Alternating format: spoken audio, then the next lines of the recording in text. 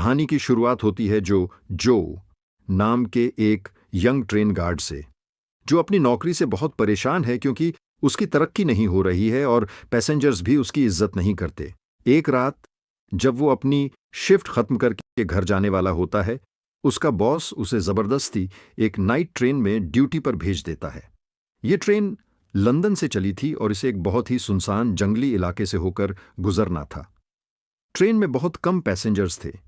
एक खड़ूस बुढ़ा और उसकी पत्नी, एक चालाक बिजनेसमैन, एक कॉलेज जाने वाली लड़की, एक सीधा साधा लड़का और ट्रेन की कैंटीन में काम करने वाली एलेन, जिससे जो प्यार करता था।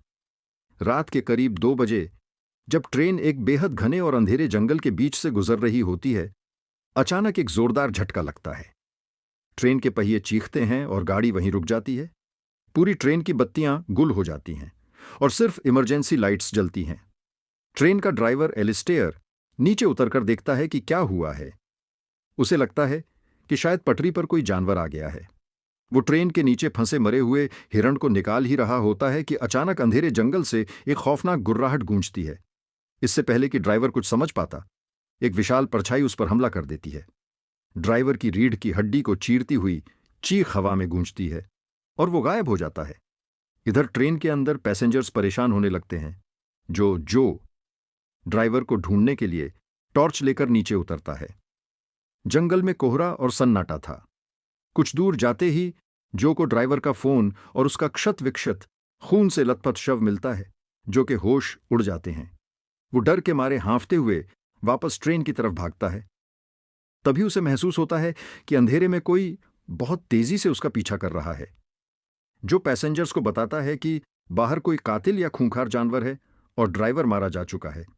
चीखें सुनकर बाकी पैसेंजर्स दरवाजे बंद कर लेते हैं, लेकिन अब तक वेयरवुल्फ को पता चल चुका था कि इस लोहे के डिब्बे के अंदर उसका ताजा शिकार बंद है। अचानक ट्रेन की छत पर भारी कदमों की आवाजें आने लगती हैं। एक नहीं बल्कि कई वेयरवुल्व्स ने ट्रेन को चारों तरफ से घेर लिया था।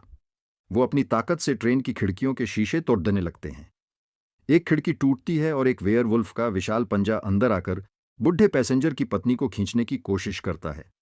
जो और बाकी लोग मिलकर उसे बचा तो लेते हैं, लेकिन उस औरत के शरीर पर गहरे घाव आ जाते हैं। यहां फिल्म में एक भयानक ट्विस्ट आता है।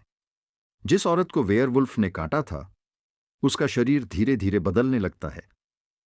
उसकी आंखें पीली होने लगती हैं और वो एक मॉन्स्टर में बदलने लगती है। वो अपने ही पति पर हमला कर देती है। जो को न चाहते हुए भी उस औरत को मारना पड़ता है।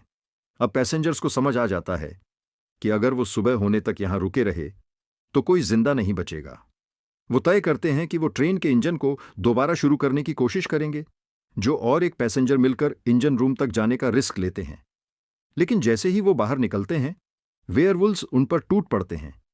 एक एक करके पैसेंजर्स अपनी जान गंवाने लगते हैं।